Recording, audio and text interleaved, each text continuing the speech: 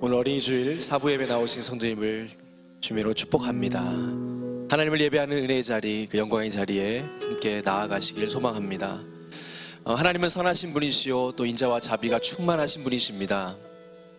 우리 하나님의 선하심과 그 인자하심이 변함없이 우리의 삶을 지키시고 이끌으시리라 믿습니다. 그 하나님 앞에 이 시간 믿음으로 반응하고 또 소망으로 확신하면서 우리의 삶을 주님께 올려드리는 그런 경배와 고백으로 하나님 앞에 나아가기 원합니다. 이 시간 다 같이 기도할 때 제가 하나님의 선하심을 믿습니다. 우리의 삶을 지키시는 그 하나님 앞에 저의 인생을 맡깁니다. 믿음을 구하며 주님을 의지하며 다 같이 기도하겠습니다. 그렇습니다. 주님은 선하신 분이십니다. 우리의 인생을 다스리시는 왕이신 주님을 찬양합니다. 주님의 그 인자와 자비가 우리 가운데 충만하게 흘러가기를 간절히 소원합니다. 오늘도 이 예배 가운데 그 주님을 만나기를 소원합니다. 그 주님의 음성을 듣기를 원합니다. 우리의 험한 인생 가운데 어려운 그 상황 가운데서도 우리 소망을 잃지 않고 그 주님 바라보며 다시 일어설 수 있는 믿음과 담력을 허락하여 주시옵소서. 이 시간 믿음으로 반응하기 원합니다. 믿음으로 주의 이름을 부르기 원합니다. 우리의 고백과 우리의 경배가 주님을 기쁘시게 하며 주님이 받으실 만한 예배가 되게 하여 주시옵소서. 소망 가운데 확신하며 주 앞에 나아가길 간절히 소원합니다. 믿음으로 기도하며 주 앞에 나아가길 소원합니다. 아버지 우리의 삶을 돌아볼 때, 한 주간의 삶을 돌아볼 때 우리의 부족함과 허물 많음을 다시 한번 주 앞에 고백하며 주님의 그 예수의 보혈의 피로 우리를 깨끗게 하시고 주 앞에 다시 나아갈 수 있는 은혜를 허락하여 주시옵소서. 우리 예배를 받아주시고 홀로 영광 받아 주시옵소서.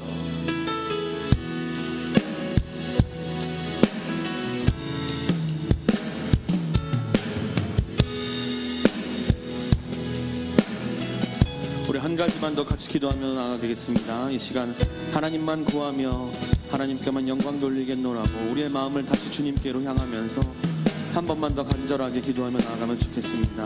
이 시간 가운데 하나님 함께하여 주옵소서.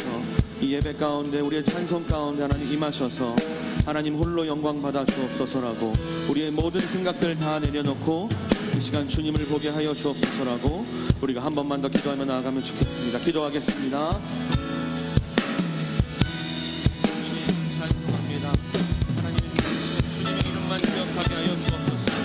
하나님의 이름만 이 시간 기억하기를 소원합니다. 주님의 이름만 높이기를 소원합니다. 우리의 모든 생각들, 우리의 모든 자아를 다 이 시간 내려놓고 하나님만 바라볼 수 있도록 주님 인도하여 주시옵소서. 하나님만 높이는 시간 될 수 있도록 하나님 인도해 주시옵소서.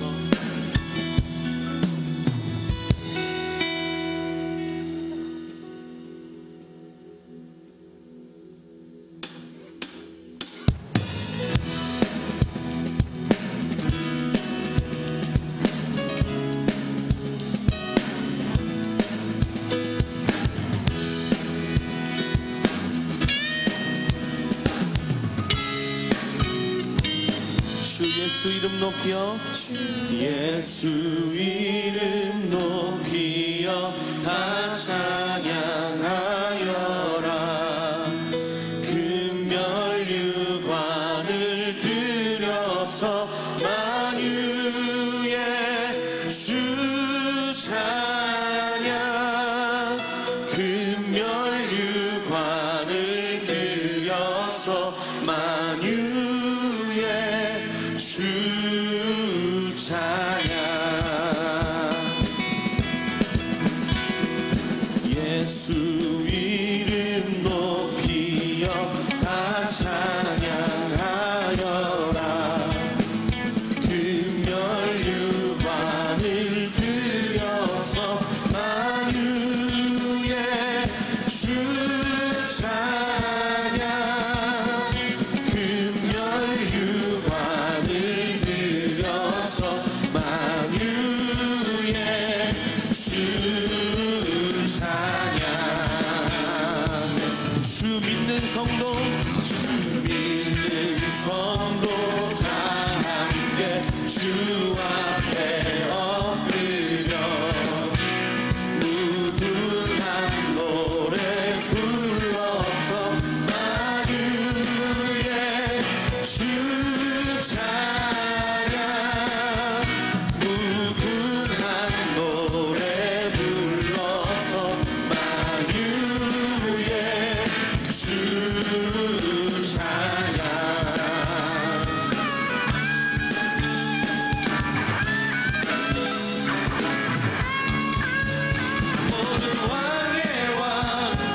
주의 주 온 땅과 만물을 주관하시네 천국과 나중 되신 우리 왕 영원히 다스리 모든 왕의 왕 모든 왕의 왕 또 주의 주 온 땅과 만물을 주관하시네 천국과 나중 되신 우리 왕 영원히 다스리 지구 위에 거하는 온 세상 사람들 그 크신 위엄 높여서 만유의 주 찬양 그 크신 위엄 높여서 만유의 주 찬양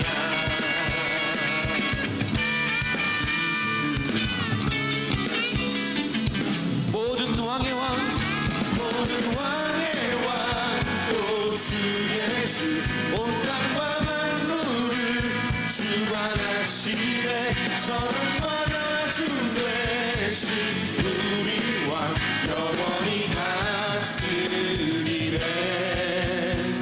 모든 왕의 왕 또 주의 주 온 땅과 만물을 주관하시네 천국과 나중 되신 우리 왕 영원히 한 번만 더 믿음으로 고백합니다 모든 왕의 왕 또 주의 주 온 땅과 만물을 주관하시네 천국과 나중 되신 우리 왕 영원히 다스리네 주 믿는 성도 다 함께 주 앞에 엎드려 무궁한 노래 불러서 만유의 주 찬양 무궁한 노래 불러서 만유의 주 찬양 우리의 찬양받기 합당하신 주님께 영광의 박수 감사의 박수 올려드리겠습니다 할렐루야 주님의 이름을 찬송합니다 아멘 우리 힘차게 다시 한 번 더 박수 치시면서 주님의 이름을 높이겠습니다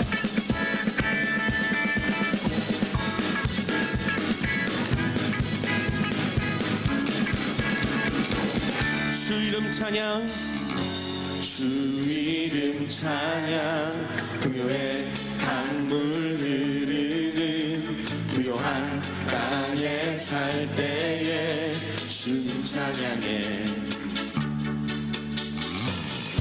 주 이름 찬양 거칠은 광야와 같은 인생길 걸어갈 때도 주님 찬양해 모든 축복 주신 주님 모든 축복 주신 주님 찬양하리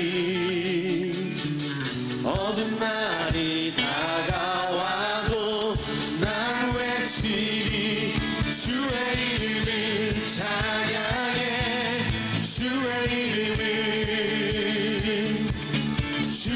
이름을 찬양해 영화로운 주 이름 찬양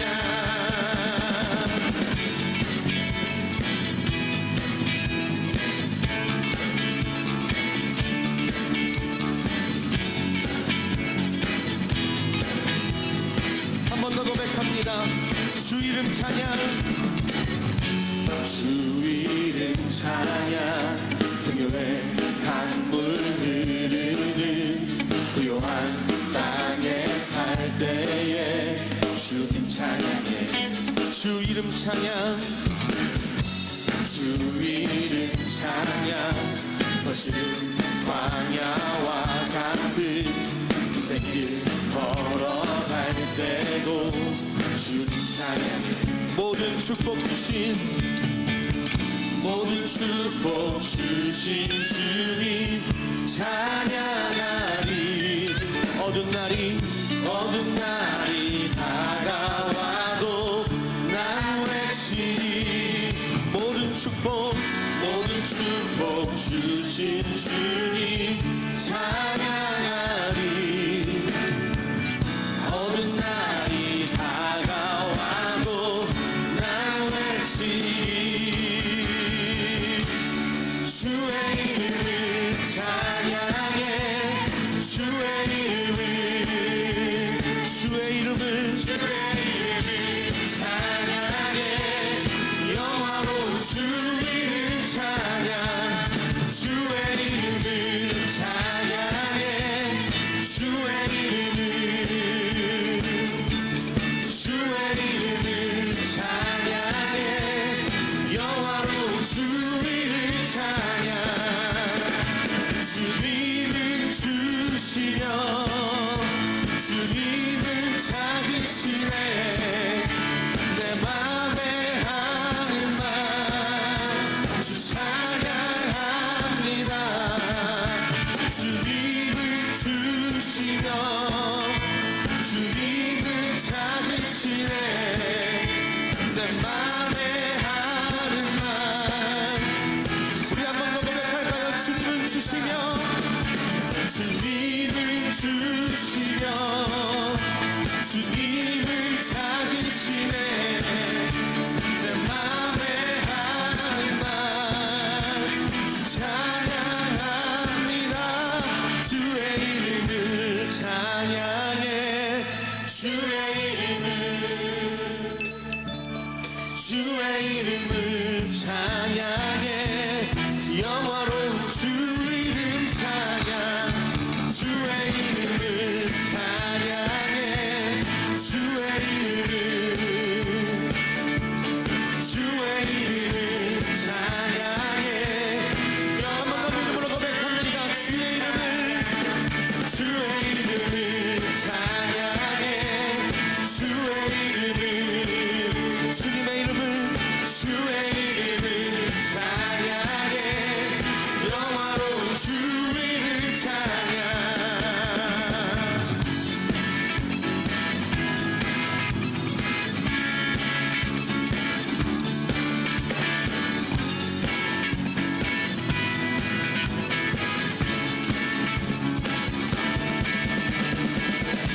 우리에게 영광의 박수, 감사의 박수 올려드리겠습니다. 할렐루야. 주님의 이름 찬양받기 합당하십니다. 아멘.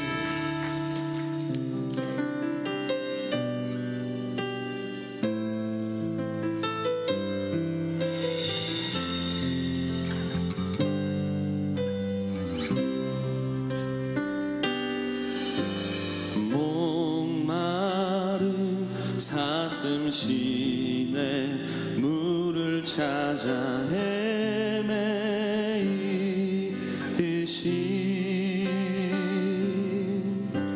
내 영혼 주를 찾기에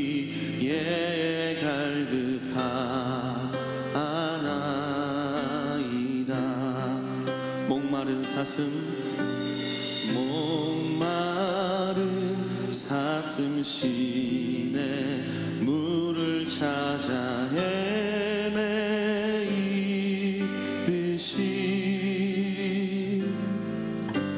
내 영혼 주를 찾기에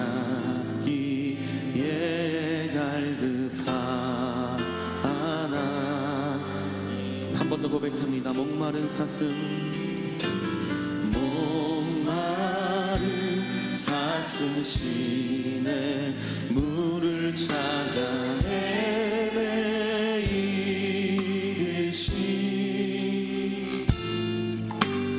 내 영혼 주를 찾기에 갈급하나. 주님만이 우리의 소망 되십니다.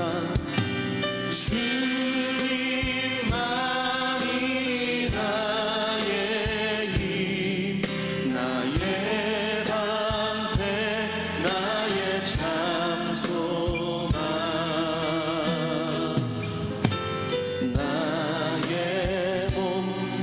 정성 다 바쳐서 주님 경배합니다. 금보다 귀한 나의 주님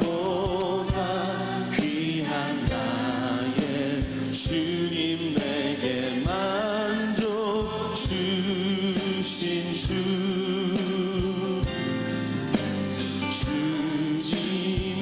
주님만이 나의 기쁨 또한 나의 참 보배. 금보다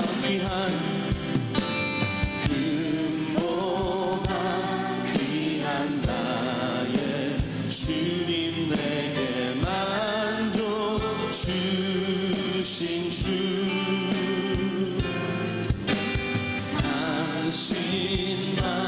당신만이 나의 기쁨 또한 나의 참 보배. 주님만이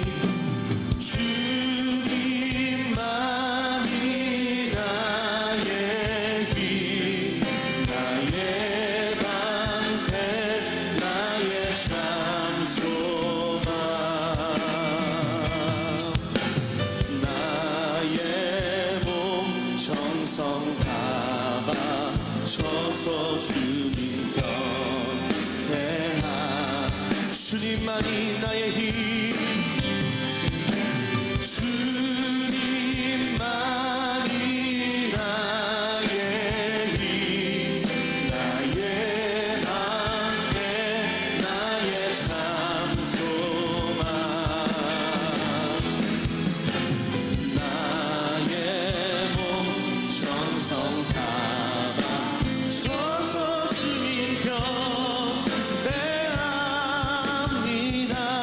주님만이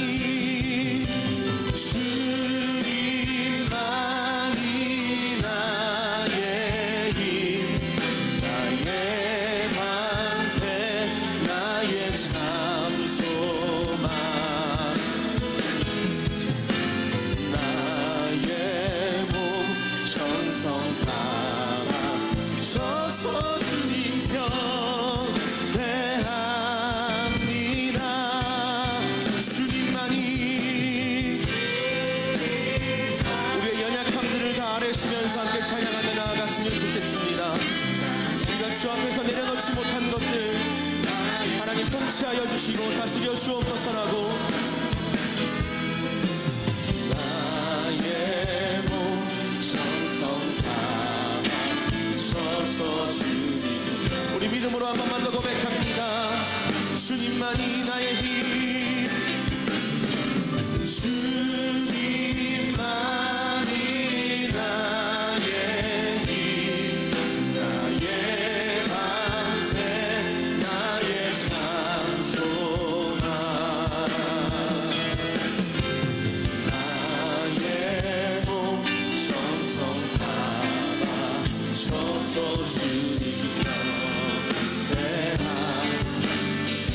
예수 사랑해요.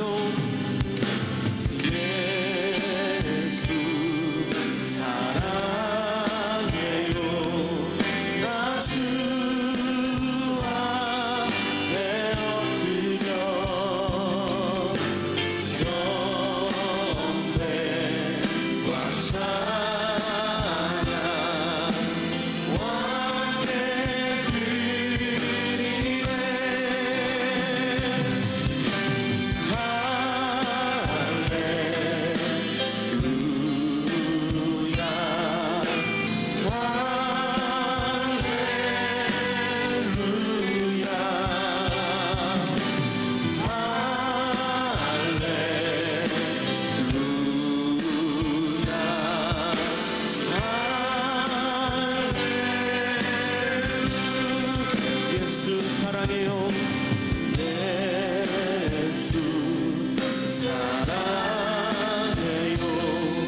나 주 앞에 엎드려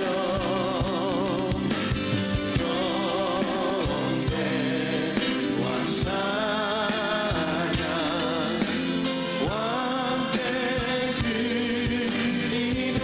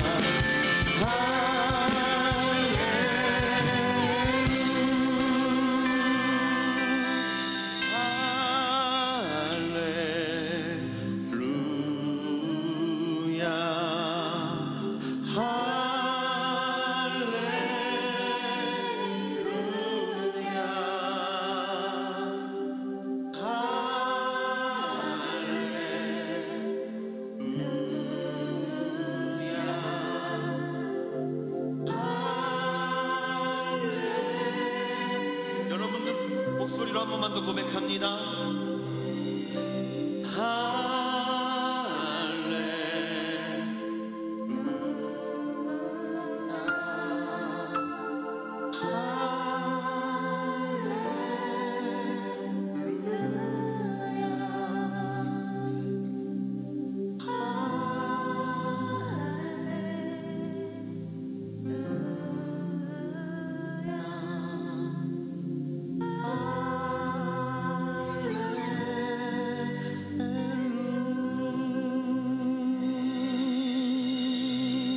찬양받기 합당하신 주님, 우리의 삶을 통해서 하나님 홀로 영광받아 주시옵소서. 우리가 주님의 이름을 찬송하길 원합니다. 그동안 우리의 삶으로 하나님을 높이지 못했다면 하나님 이 시간부로 우리가 주님께 영광 돌리는 삶 살 수 있도록, 하나님께 영광 돌리는 인생 될 수 있도록 우리의 삶을 인도하여 주옵소서. 감사드리며 예수님의 이름으로 기도드렸습니다. 아멘. 우리 하나님께 영광의 박수, 감사의 박수 올려드리겠습니다. 아멘.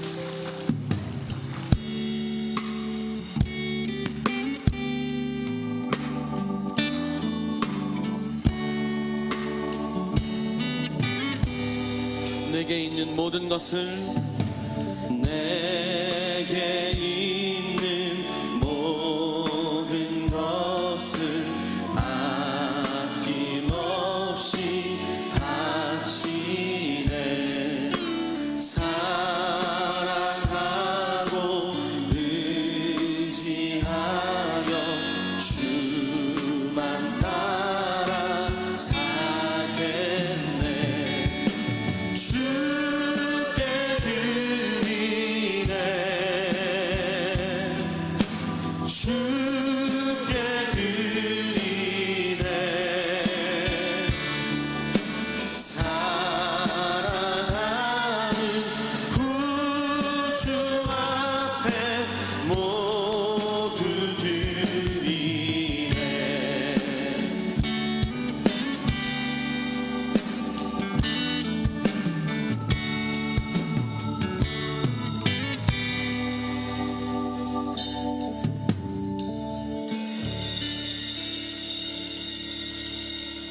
할렐루야.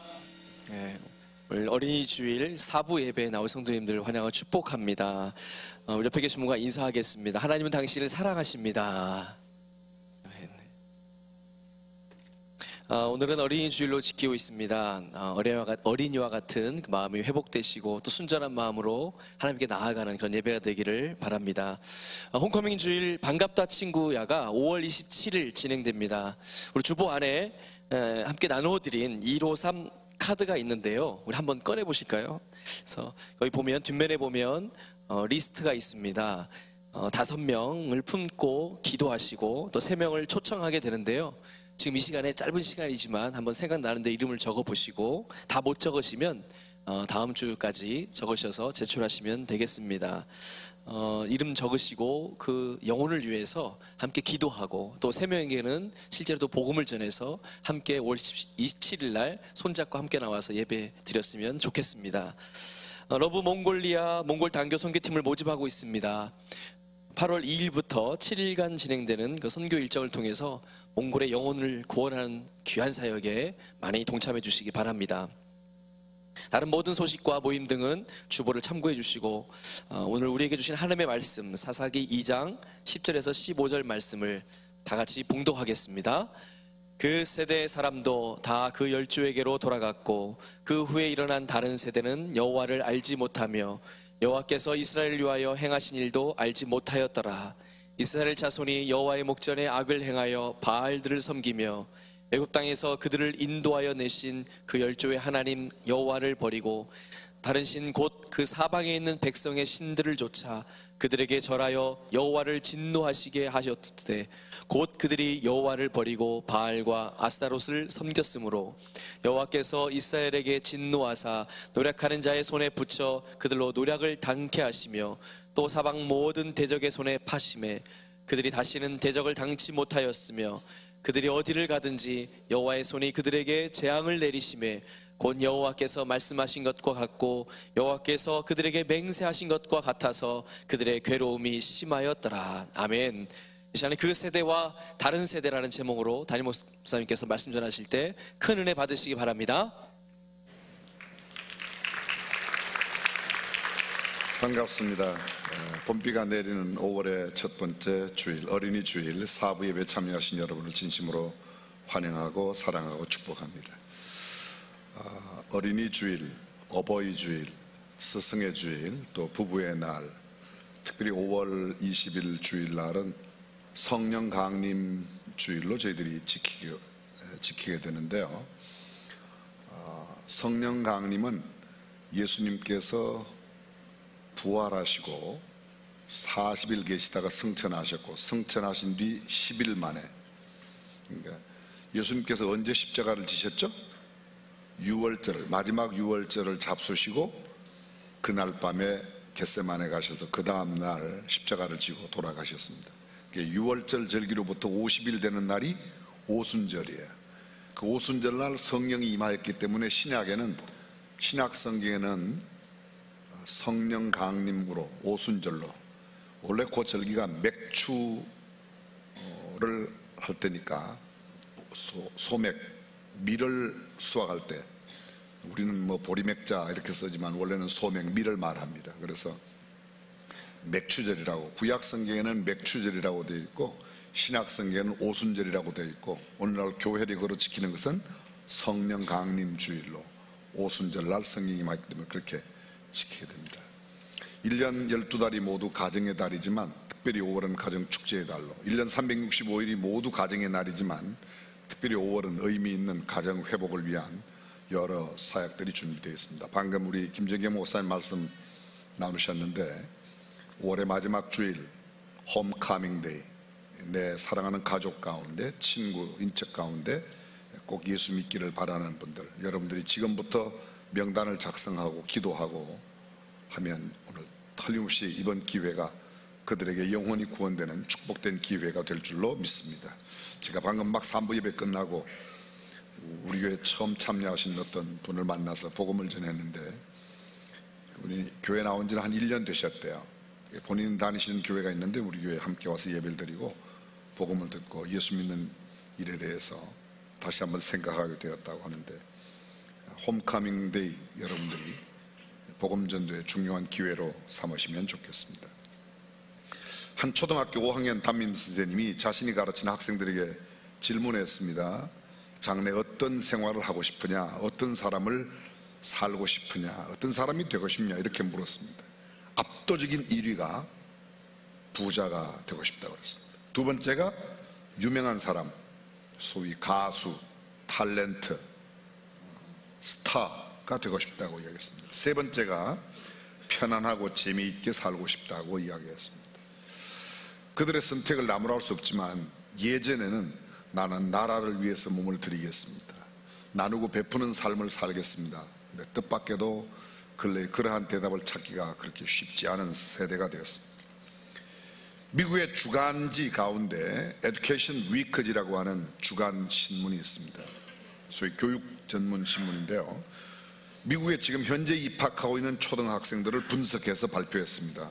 14%가 10대 엄마의 몸에서 태어났습니다. 15%는 신체 또는 정신적인 장애를 앓고 있는 사람입니다. 다른 15%는 이민자 가정의 자녀들, 쉽게 말하면 아빠 엄마가 영어를 잘 모르고 못하는 그런 집의 애들입니다. 40%는 18세가 되기 전에 이혼으로 파탄된 가정에서 살게 될 것이다. 이혼율이 그만큼 높다는 거죠. 33% 아이들은 열쇠 아이라고 들어보셨나요? 키칠들은 쉽게 말하면 자기가 자기 집 키를 가지고 학교 와서 집에 갈 때 자기가 문을 열고 들어가야 아무도 없는 집에 간다는 거죠. 누구도 반기는 이 없는, 부모님들과 함께 친밀한 좋은 관계를 갖지 못한 아이라는 것입니다. 그리고 그 학생들 전체 가운데서 25%는 고등학교까지를 마치지 못하고 중간에 모두 중퇴한다는 겁니다. 4명 가운데 1명이 쉽게 말하면 의무 교육 과정도 다 못 마칩니다. 전 세계에서 교육열이 가장 높은 민족이 대한민국 사람입니다. 지금 이제 대학 진학률이 거의 90%, 대학 졸업 내지는 진학률만 따지면 90%가 넘습니다. 고등학교 졸업자가 80% 넘습니다. 우리 한국에는 아주 몇몇 아주 연세가 높으신 분을 제외하고는 한글은 다 깨우쳤어요. 그죠? 미국 버스턴에 가면 텁스 대학이 있습니다. 미국 대학 랭킹에 한 42 정도. 우리 교회 이정훈 장로님 딸이 거기에 나왔는데, 가수 이현우 씨 부인이 거기 나왔어요. 텁스 대학을 나왔는데, 그 대학에 가면 아동연구소가 있습니다. 스트라스버그 교수가 아동연구소 소장인데, 이분이 텔레비전이 어린아이들 교육에 미치는 영향을 연구했습니다. 미국의 실태입니다. 일주일 동안에 텔레비전을 보는 시간이 평균 미국의 어린아이 경우에 23시간. 텔레비전을 통해서 1년 동안 평균 나오는 화면 가운데 성적인 장면이 약 14,000번, 술 광고가 2,000번, 최근 나오는 음악 비디오의 75%는 성적인 내용을 담고 있고 50%는 폭력을 배경으로 음악 비디오를 만들어야 장사가 된답니다. 그는 계속해서 말합니다. 자녀를 망가뜨리려면 텔레비전만 열심히 보게 하면 된다는 거죠. 왜 이런 일이 일어났을까요? 왜 세상이 이렇게 바뀌었을까요? 이기적이고 물질을 추구하는 사회가 되고 스타가 되고 싶어하는 이런 사회가 왜 되었는가? 저는 교육의 부재라고 생각합니다. 우리 중앙예담학교는 텔레비전 없습니다. 학교 내에 있지만 일반 텔레비전은 시청하기 위해서 보는 건 아닙니다. 스마트폰 아이들이 가지고 있지 않습니다. 꼭 써야 되면 선생님을 통해서 긴급한 연락을 할 수 있도록 하지만 스마트폰을 씁니다. 노트북, 교육용 크롬북으로 다 씁니다. 여기에는 인터넷 유해 프로그램이 전혀 들어오지 못하는 교육용으로만 쓰도록 되어 있습니다. 우리 시대가 정말 만만치 않은 시대가 되었습니다. 40년 전에 프랜시스 셰퍼 박사가 우리가 사는 시대를 미리 예견했습니다. 언젠가 여러분에게 한번 나눴던 기억이 있는데요. 5가지 특징이 있다고 그래서 첫 번째가 뭔가 하면 Education without the truth, 진리가 없는 교육이 난무하는 시대다. 진리가 없는 교육. 교육은 많이 있습니다. 뭐 조기 교육, 영재 교육, 과학 교육, 컴퓨터 교육, 피아노, 셈본, 뭐 아이들이 그냥 정신없이, 초등학생들 웬만하면 가정 경제가 허락이 되면 보통 학원에 한 3-4개는 다니죠. 그렇죠? 아멘까지는 아니고 동의는 하여간 되죠. 네, 동의는 될 겁니다. 그런데 문제는 진리를 가르치지 않는다는 거예요. 두 번째 특징이 뭔가 하면 진정한 의미가 없는 사랑의 시대, Love without meaning, 의미 없는 사랑. 사랑이란 이름으로 행해지는 건 많은데 진짜 참사랑이 아니라는 겁니다. 세 번째가 목적 없는 부, Wealth without purpose. 돈을 열심히 버는데 목적이 없어요. 어디 써야 할지를 잘 모릅니다. 모으는 데만 집중합니다. 네 번째, Murder without guilty, 죄책감 없는 살인입니다. 사람을 죽여도 죄책감을 느끼지 않습니다. 죄를 지어도 죄책감을 안 느낍니다. 다섯 번째, 마지막 다섯 번째는 절대적인 도덕 가치를 거부한다. 이 말은 무슨 말인가 하면 너만 절대적이지 않다, 내 말도 옳다는 겁니다. 그래서 절대적 하나님을 부정하는 포스트 모더니즘의 전형적인 양상이 나타날 거라고 이야기했습니다. 자, 말씀드렸습니다. 진리가 없는 교육, 이 문제죠. 정말 수많은 교육이 그 어느 때보다도 자고 나면 쏟아져 나오는 인터넷 지식 양은 최근 1년치만 해도 지나간 100년, 200년치보다 훨씬 많은 양이 그렇게 많이 쏟아져 나오는데 뭘 가르치는 겁니까? 진리가 없다는 거예요. 여쭤보겠습니다. 뭐가 진리죠? 진리가 무엇입니까? 이렇게 여쭤볼게요. 진리가 누구예요?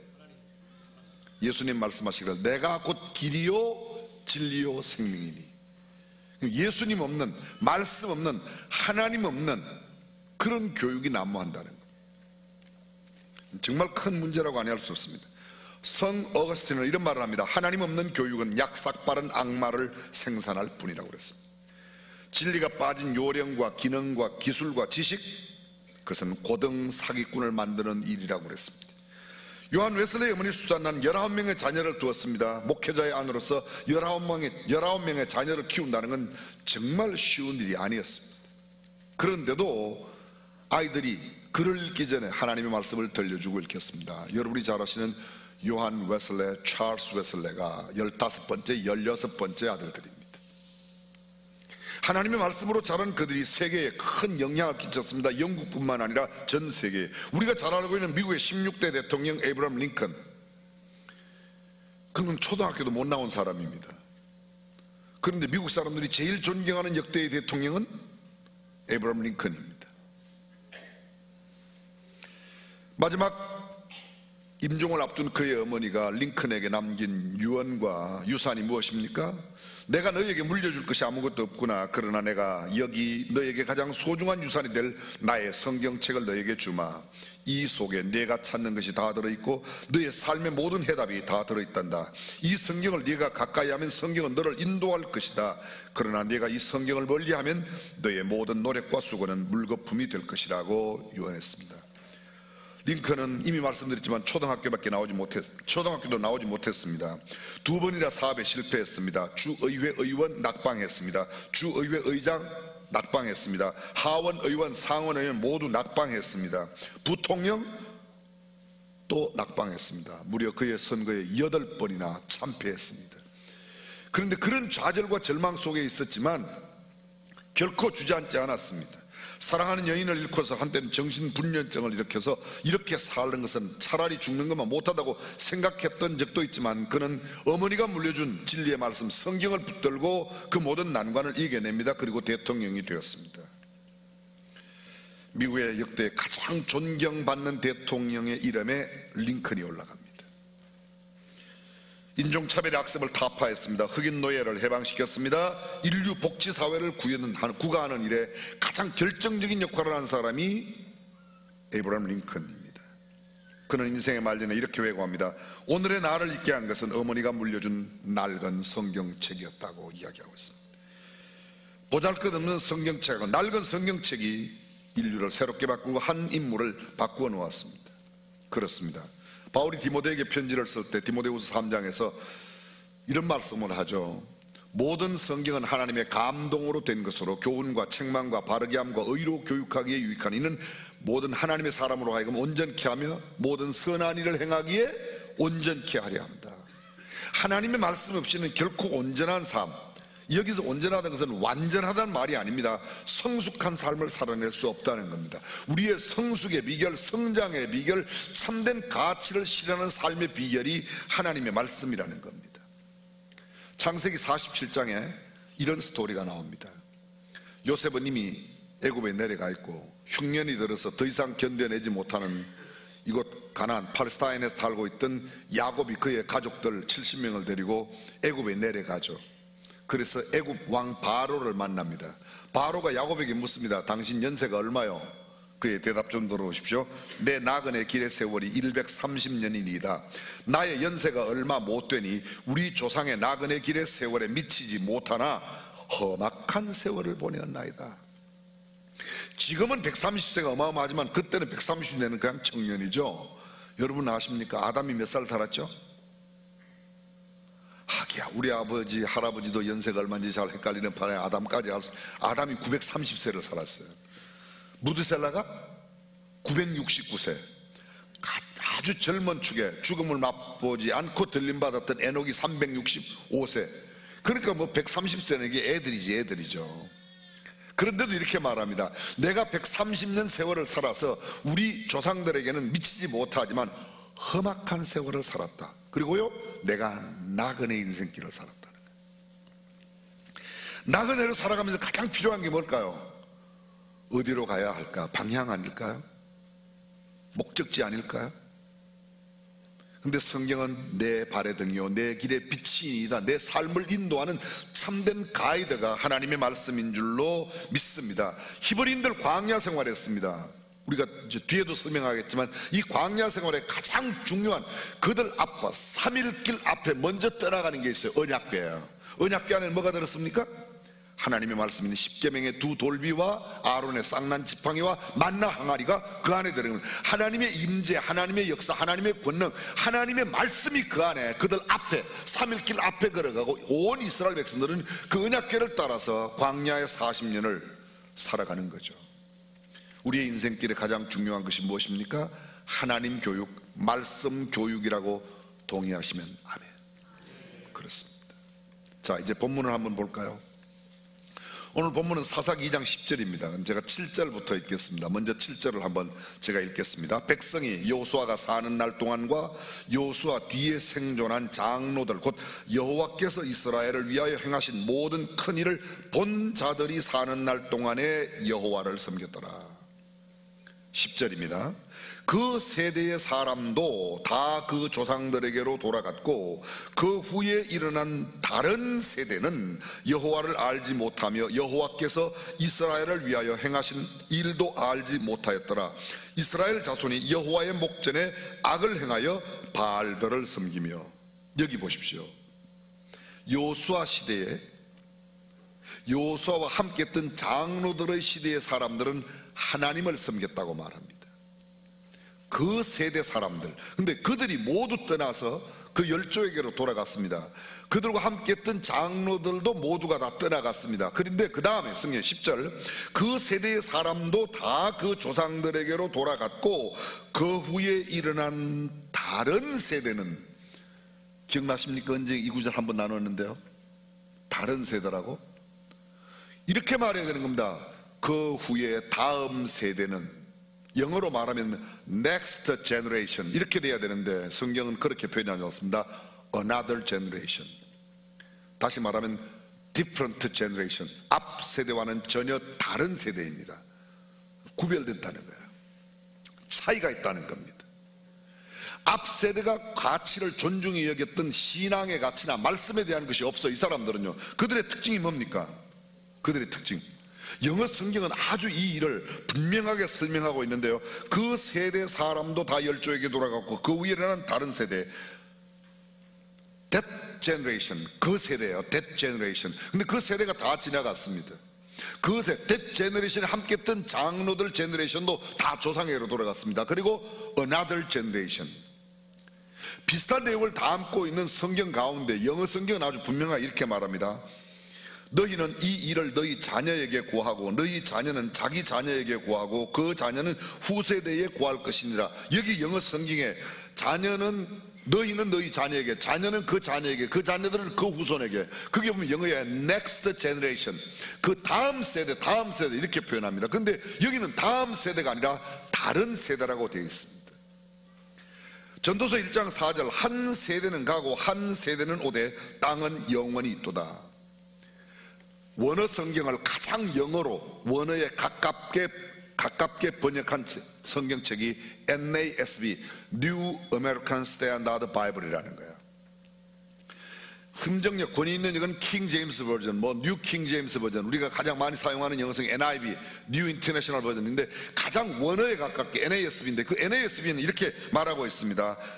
And all that generation, 모든 세대가 그때 다 열조에게로 돌아갔다. 그리고 another generation이 일어났다. 제가 영어 그냥 읽지 않고 이렇게 설명합니다. 그런데 제가 조금 전에 소개했던 요엘서 1장 3절을 이야기할 때는 그들은 다음 세대에게, 다음에 next generation이라고 그렇게 말하고 있습니다. 한 세대는 가고 한 세대는 온다. 여기 영어 성경에 이렇게 되어 있습니다. A generation goes and a generation comes. 한 세대가 goes, 간다. 한 세대가 온다. 그리고 땅은 the earth, 땅은 remains forever, 영원히 그대로 있다고 표현되어 있습니다. 여기 우리의 관심을 집중시키는 두 세대가 대조되고 있습니다. 비교는 비슷한 걸 되는 걸 비교라고 그러고 전혀 다른 걸 대조라고 그럽니다. 근데 그 세대, that generation, another generation은 전혀 다른 겁니다. 자, 그 세대 어떤 세대입니까? 여호와 하나님을 섬겼던 세대, 여호수아가 사는 날 동안에 있었던 세대, 여호수아와 함께 했던 장로들이 살았던 그 시대의 사람들. 이 사람들의 특징은 뭐예요? 하나님을 알고 하나님이 행하신 큰 일을 본 자들의 사는 날 동안 하나님을 섬겼다. 그런데 다른 세대는 어떤 세대입니까? 다른 세대, 여호와를 알지 못하며 여호와께서 이스라엘을 위하여 행하신 일도 알지 못하는 세대입니다. 여기 다른 세대는 바알들을 섬기고 아스타롯을 섬겼고 여호와의 목전에 악을 행하는 세대라고 말합니다. 이 애굽 땅에서 그들을 인도하여 내신 그 열조의 하나님 여호와를 버렸다고, 여호와를 버린 세대, 아까는요 여호와를 섬기는 세대예요. 극명한 대조를 이루고 있습니다. 그들은 하나님을 섬겼는데 이들은 우상을 섬깁니다. 백성들의 신을 쫓아 그들에게 절하고 여호와를 버리고 바알과 아스타롯 이방신을 섬겼습니다. 그 다른 세대는 여호와를 진노하게 만들었습니다. 그래서 여호와는 그 다른 세대들을 노략하는 자의 손에 붙여서 노략을 당케 하셨고 사방 모든 대적을 손에 파셨고 다시는 대적을 당할 수 없는 힘없는 무력한 존재로 만들어버리셨고 그들의 괴로움은 아주 심하였다. 쉽게 말하면 하나님의 복을 받는, 하나님을 섬기는 세대와 하나님을 잊어버리고 하나님의 일도 알지 못한 채 하나님의 저주를 자청하며 심한 괴로움을 살았던 세대가 대조되고 있습니다. 그 세대 사람들이 어떤 사람들입니까? 그 세대 사람들, 지금 하나님을 섬겼던 그 세대, 다른 세대가 아니고 그 세대 어떤 사람들이에요? 그 사람이 애굽에서 나온 사람이에요? 아니에요, 여러분. 그 사람들은 애굽에서 나온 사람들이 아닙니다. 그 사람들은 하나님께서 애굽에 10가지 재앙을 베풀 때에 마지막 장자의 죽음, 이를테면 유월절을 지켰던 사람들이 아니에요. 그 사람들이 애굽에서 나오자마자 처음 람세스에서 출발해서 숫곳을 지나고 숫곳에서 에담을 지나고 에담을 걸어서 홍해 기슭에 홍해 강가에서 그리고 홍해를 건넙니다. 홍해를 건너서 간 곳이 어디예요? 쓴물이 있었던 마라라고 기억하십니까? 홍해를 건너자 그들은 모두가 다 하나님을 찬양했고 그 찬양이 끝나면서 그들이 이르렀던 곳이 마라에 물이 있어서 먹지는 못하는데 나무가지를 던져서 단물로 변해서 물을 먹었습니다. 그 마라의 썸을 삭은 다음에 나오는 게 엘림이라고 하는데 70그루의 종려나무가 있었다. 요새 말로 바꾸면 오아시스를 만납니다. 근데 그 오아시스를 경험한 사람이 아닙니다. 그 오아시스를 지나서 그들이 이르게 된 곳이 어딘가 하면 신의 광야, 소위 신의 산 밑입니다. 신의 산에. 자, 언제 그들이 출발했습니까? 이스라엘 백성들이 유월절을 지키고 그 다음날, 유월절을 언제 지켜요? 1월 14일 날 밤에 지키는 겁니다. 그리고 1월 15일 날, 정월 15일 날 그들이 발행하는 겁니다. 시내산에 도착했을 때에 성경이 이렇게 말합니다. 그들이 제3월에, 자 1월 15일 날 나왔습니다. 2월 15일 3월 달이 되었습니다. 만 2달이 되기 전에 시내산에 왔습니다. 시내산에서 얼마 동안 머물렀습니까? 이스라엘 백성들이 시내산 기슭에 진을 치고 있었고 모세는 하나님의 산에 올라가 시내산에 올라가서 하나님을 만납니다. 하나님께서 말합니다. 내가 이 말을 잘 듣고 내 백성에게 그대로 행하라고 하면 내가 너희에게 큰 복을 주겠다. 아주 쉽게 설명하면 그런 겁니다. 모세가 내려와서 이스라엘 백성들에게 그 말을 했더니 이스라엘 백성의 모든 장로들이 그 말 듣고 우리가 그 말씀에 전적으로 순종하겠습니다. 그리고 하나님께서 너희가 선 곳을 경계를 해서 너희가 산 꼭대기로 올라오지 말아라. 그리고 빽빽한 구름 가운데서, 연기 가운데서, 옹기점 연기 같은 연기 가운데서 하나님이 불 모양으로 모세에게 임하고 산이 뒤흔들리는 모습을 모두가 다 목격하게 됩니다. 근데 여러분, 그런 광경들을 경험한 세대가 아니에요. 그 세대 사람들은. 그럼에도 그들은 하나님을 섬겼습니다. 놀랍지 않습니까? 무엇 때문에? 그 부모들은 그들을 교육했다는 거예요. 다른 세대는 전혀 다른 사람들입니다. 그 세대 사람들은 광야의 역경을 겪었어요. 근데 이 사람들이 아까 말했듯이 애굽에서 나온 사람들이 아닙니다. 애굽에서 나온 사람들은요 광야에서 다 죽었어요. 여러분 기억나십니까?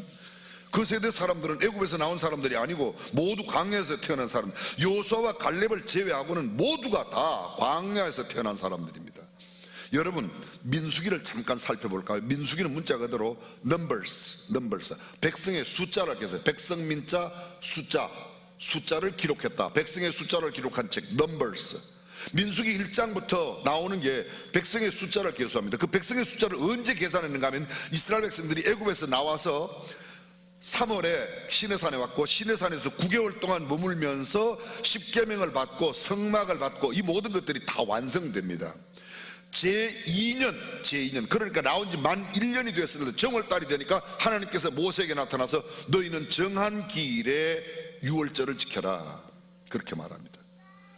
여러분, 유월절을 지킬 때의 상황 기억나십니까? 출애굽기 12장에 보게 되면 너희가 이 절기를 지켜 이 모든 것을 다 기록하고 내 자손들에게 영영토록 지켜야 할 규례니라. 영원토록 그걸 다 그대로 지키라. 그 다음에 하나님께서 모세를 부르셔서 1년 됐을 때 너희 지키라고. 그래서 1월 8일부터 일주일 동안 무교병을 먹고 1월 15일 날 유월절을 지키고 그들이 발행합니다. 그들이 발행해서 곧바로 가는 것이 가데스 바네아예요. 여러분, 이스라엘 백성들이 40일 동안 12명의 정탐꾼을 보내어서 가나안 땅을 정탐하게 하죠. 언제 보냈죠? 언제 보냈어요? 그들이 애굽에서 나와서 1년이 막 지나고 요 시내산을 떠났을 때 금방 보냈던 겁니다. 38년 39년 이제 1, 2년만 있으면 가나안 땅에 들어갈 때 보낸 게 아니에요. 거기 만 1년이 막 지나고 나서 보내는데, 보내고 온 사람들이 극명한 대조적인 보고를 하는 겁니다. 요수아 갈렙은 they are bread for us. 그들은 우리를 위한 밥이라 오늘날 쳐들어가서 하나님의 말씀대로 그들은 그 땅을 취하자. 그런데 다른 10명은 뭐라고 그럽니까?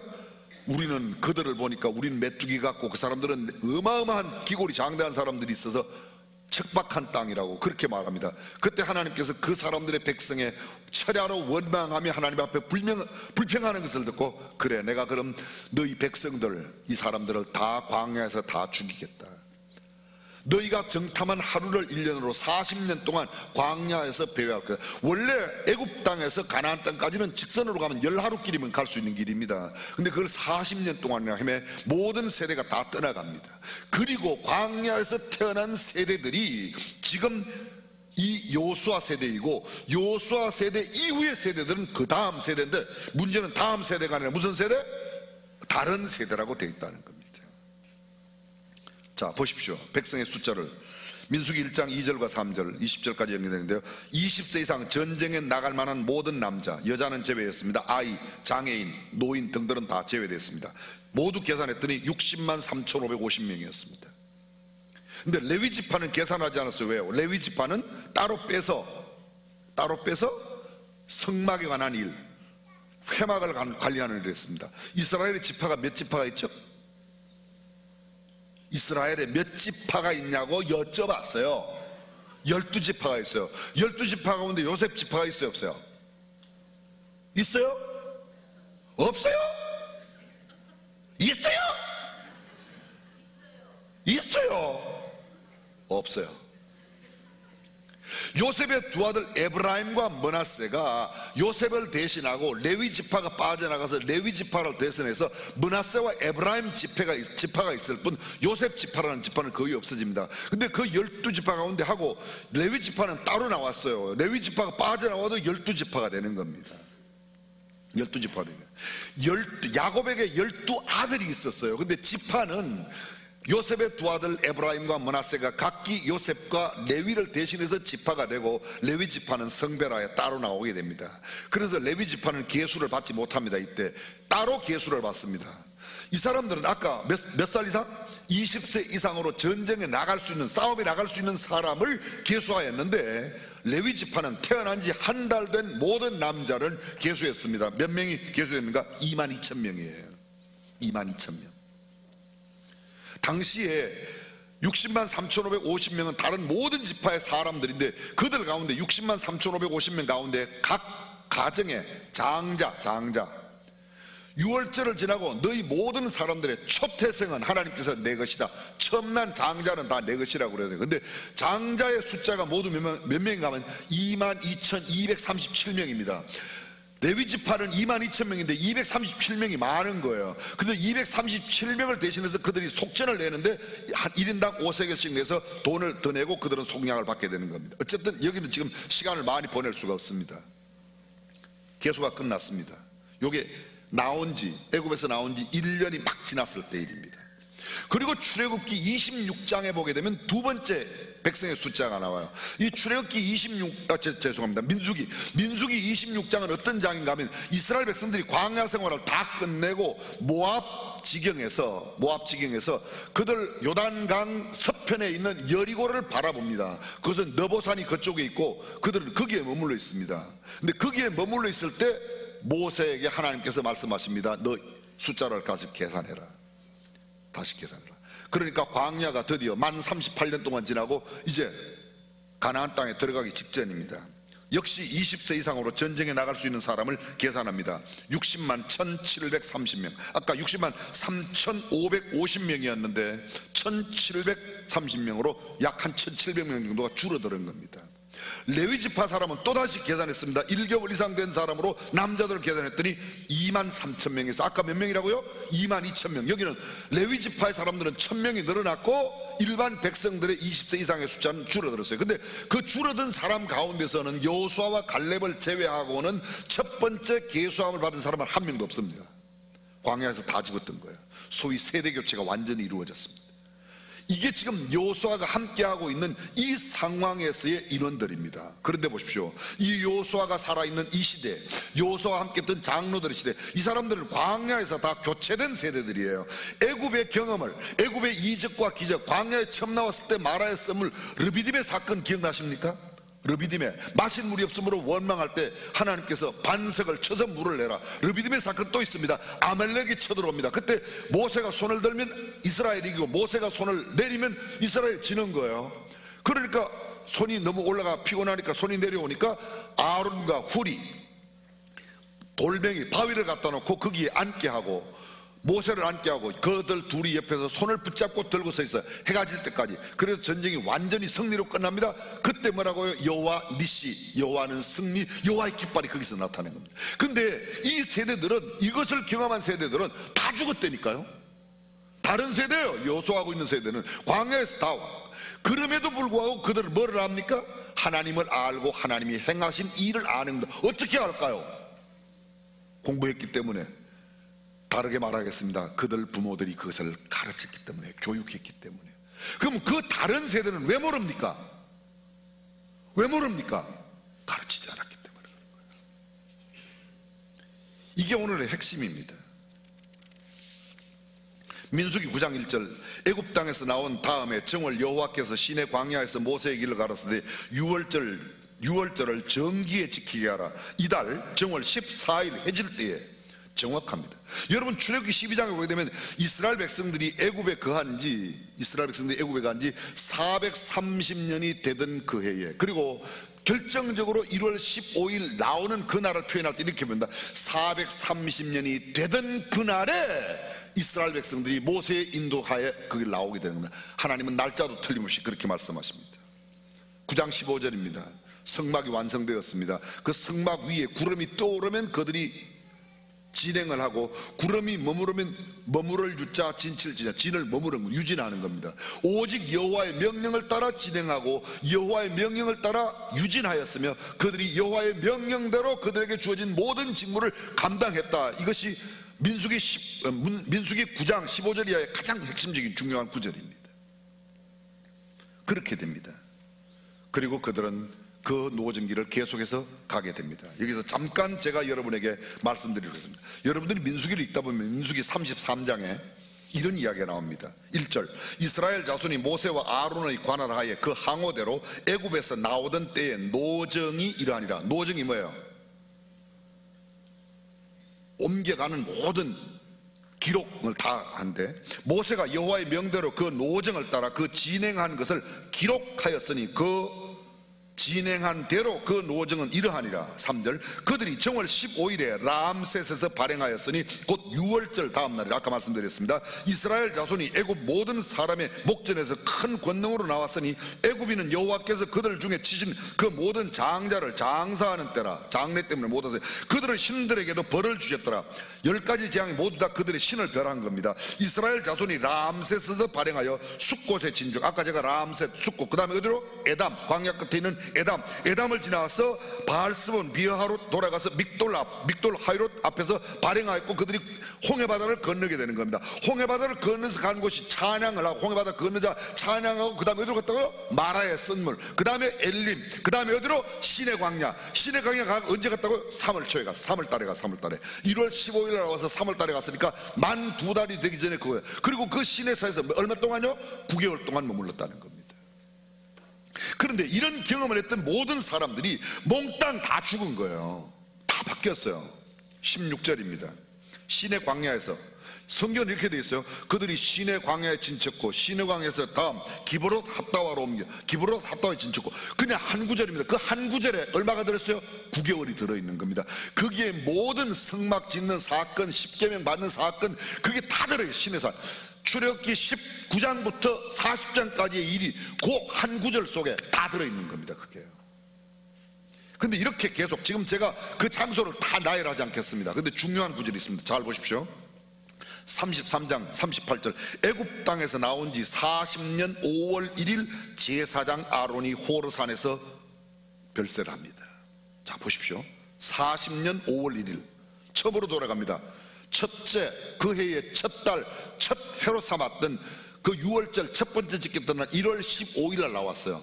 40년 5월 1일이니까 얼마 지나갔어요? 만 39년 4개월 반이 지나간 거예요. 이해가 되죠?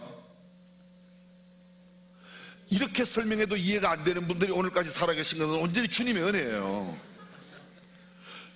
첫 번째 해 정월 15일 날 나왔고 40년 5월 1일이니까 넉 달 반 더하면 만 39년 지나고 40년 되게 넉 달 반이 지나니까 5월 1일 그날에 누가 죽었다고요? 아론이 죽었습니다. 몇 살에? 123세. 아론이 죽을 때 123세면 모세는 몇 살이에요? 모세는 아론보다 3살 아래요. 이분들 봐. 아론이 123세에 죽었고 모세 동생은 3살 아래라니까 몇 살이냐고. 모세가요 120세. 모세 몇 살에 죽었어요? 모세 120살에 죽었어요. 근데 아직 120살이지만 아론은 죽었는데 모세는 안 죽었어요. 5월 1일 날 40년 되던 만 39년 4개월 반 되었을 때 아론이 죽고 난 뒤에 모세가 이 모압 평지에 있는 모든 이스라엘 백성들에게 여호와의 명령과 규례를 가르칩니다. 그 여호와의 명령과 규례를 다시 가르치는 거예요. 왜?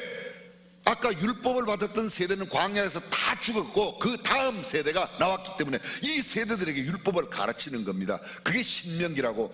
신명기를 영어로 디오트로나미, 나미라는 말은 노모스, 율법에서 왔고 디오트로스는 다시 율법을 다시 재론한다. 그래서 두 번째 강조하는 겁니다. 십계명이 두 군데 나오죠. 출애굽기 20장에 나오고 신명기 5장에 나오는 겁니다. 두 번째 또 이야기를 하니까. 그래서 그 사람들은 이런 교육에 의해서 하나님을 알게 되는 겁니다. 그리고 그 마지막 민수기는 36장까지 있습니다. 36장 13절. 이는 여리고 맞은편 요단강 가란 말이에요. 모압 평지에서 여호와께서 모세로 이스라엘 자손에게 명하신 명령과 규례니라. 그게 뭐라고요? 명령과 규례? 그게 신명기라니까요. 신명기. 요 일이 언제 있었는가 하면 제40년 11월 1일이에요 자, 아까 5월 1일에 형님이 돌아가셨어요. 그리고 6월, 7월, 8월, 9월, 10월, 11월 6개월 더 11월 1일이니까 요때 11월 1일에 율법제를 신명기를 다 강론을 끝내게 되는 겁니다. 그러니까 적어도 모세는 몇 개월을 더 살았다? 아론보다는 6개월 이상을 더 살은 겁니다. 그 뒤에 얼마 더 살았는지는 몰라요. 어쨌든 너보산에서 모세도 하나님의 부르심을 받고 떠나가는 겁니다. 자, 모세가 죽을 때가 몇 살이라고 그랬죠? 123세.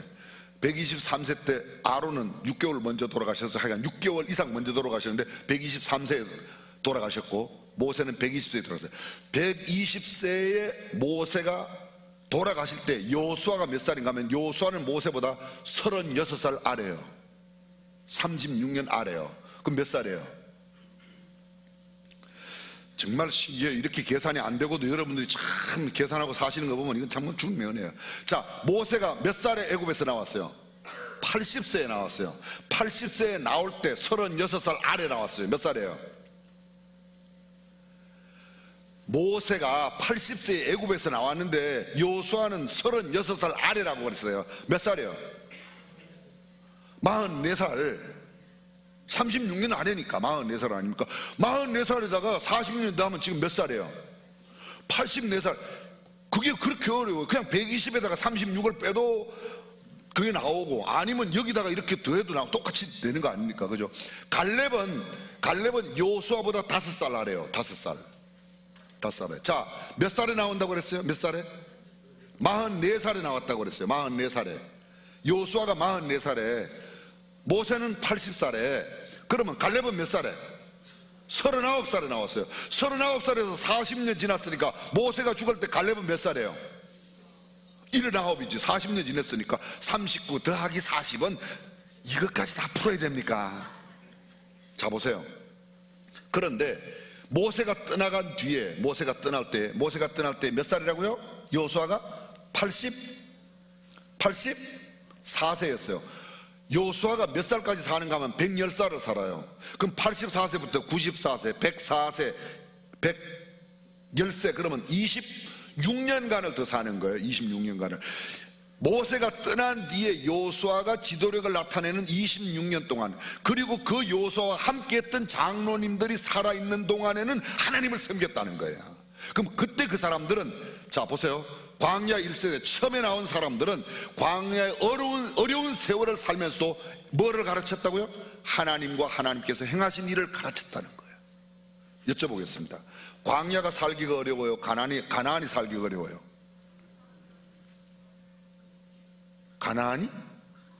가나안은 젖과 꿀이 흐르는 땅이고, 광야는 마실 물도 없고 매출하기 만나가 없으면 굶어야 할 판이고, 독사와 전갈이 우글거리고 들짐승이 있는 곳이 광야예요. 자, 다시 여쭤봅니다. 광야가 살기 쉬워요? 가나안이 살기 쉬워요? 근데 여러분 참 놀랍죠?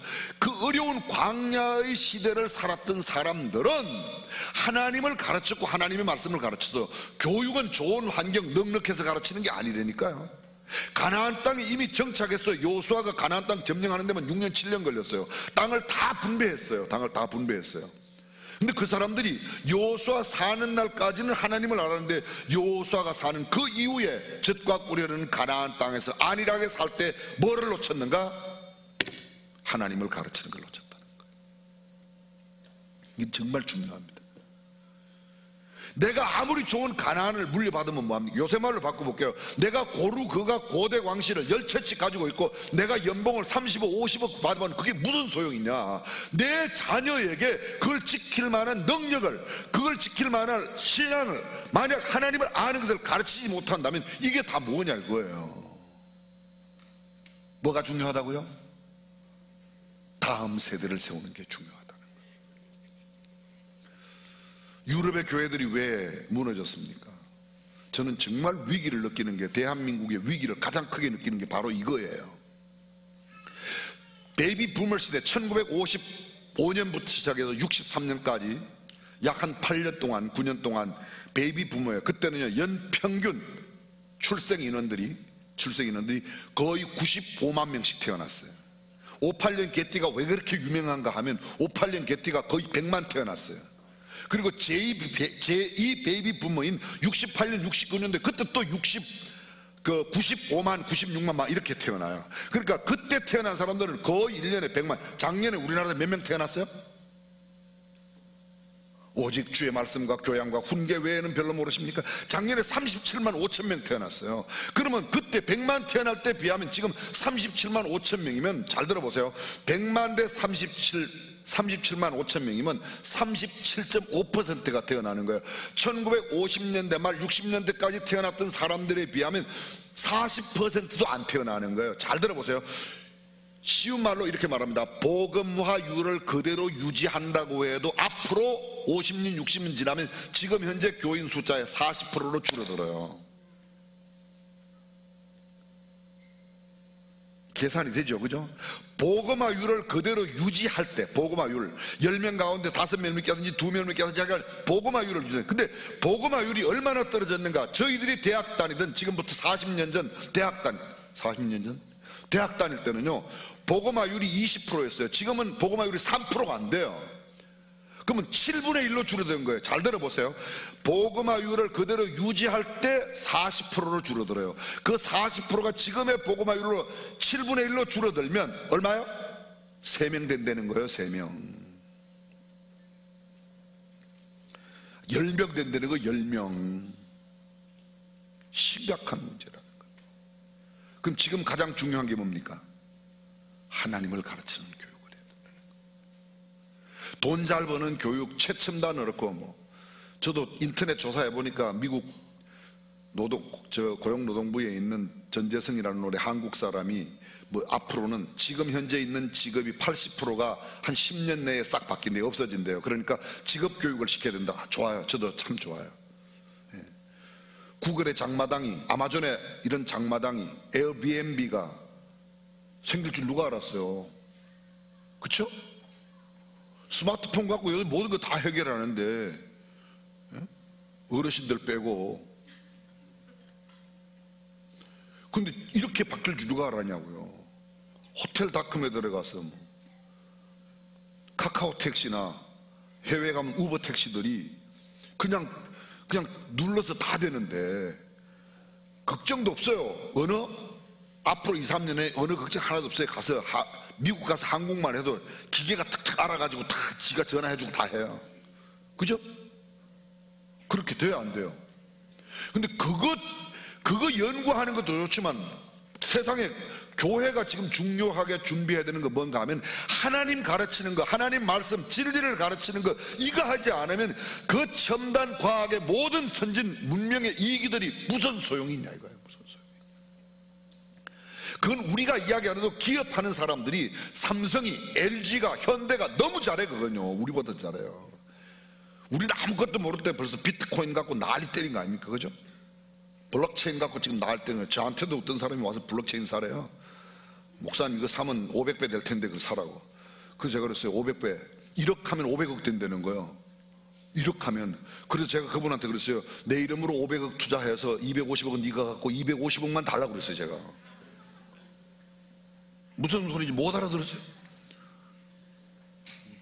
이게 지금 그런 거가 중요한 게 아니라 제일 중요한 것은 하나님, 그리고 하나님께서 행하신 일을 가르치는 것이 중요하다고 동의하시면 아멘.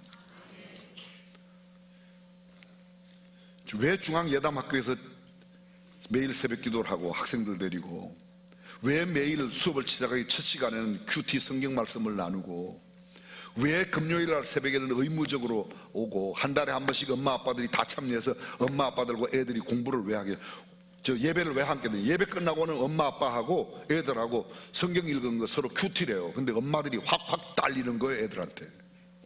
지금 오픈한 지 얼마 2달밖에 안 됐는데도. 성경이 정말 중요합니다. 우리가 이 성경을 강조하지 않으면 아무도 안 돼요. 사랑하는 성도 여러분, 제가 오늘 너스레하게 좀 길게 설명을 드렸지만 이 진리의 말씀을 정말 바르게 가르쳐 다음 세대를 다른 세대로 말든지 않고 하나님을 아는, 하나님을 정말 섬기는 그런 세대로 세워가는 우리가 될 수 있기를 주님의 이름으로 축원합니다. 화려한 큰 교회 빌딩보다, 멋지고 근사한 어떤 건축물보다도 더 중요한 것은 소중한 신앙의 가치라고 믿습니다. 기도하겠습니다.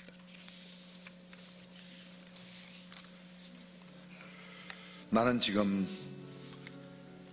그 세대로 살고 있는지 아니면 다른 세대로 살고 있는지, 같은 시대 속에 있다고 같은 세대를 사는 게 아닙니다. 같은 공간에 있다고 같은 세대가 아닙니다. 가장 중요한 것은 정말 하나님의 말씀을 최고의 가치에 두고 있냐 하는 거예요. 신앙교육, 하나님 교육, 믿음 교육, 하나님의 행하시는 일을 가르치는 일은 무엇보다 중요합니다. 하나님의 전능, 하나님의 권능, 하나님의 은혜, 하나님의 사랑, 하나님께서 행하신 일을 알려주는 것이 무엇보다 중요해요. 전능하신 우리 하나님, 더 이상 세속에 물들지 아니하고 하나님의 말씀을 가장 소중한 가치로 계속해서 다음 세대를 세워가는 우리 중앙교회, 우리 성도들이 되게 하여 주시옵소서. 예수님의 이름으로 기도합니다. 아멘. 다 함께 자리에 일어나셔서 함께 찬양하도록 하겠습니다.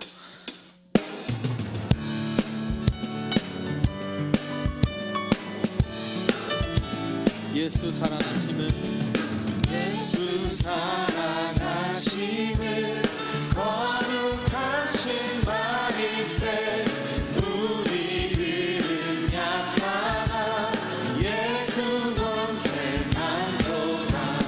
날 사랑하신, 날 사랑하신, 날 사랑하신 성경에서 날 사랑하신, 날 사랑하신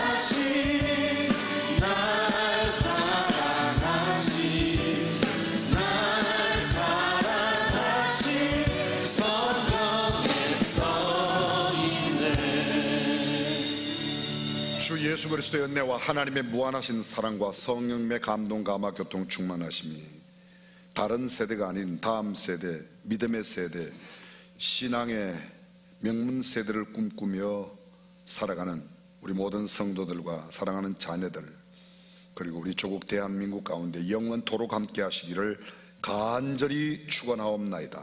아멘.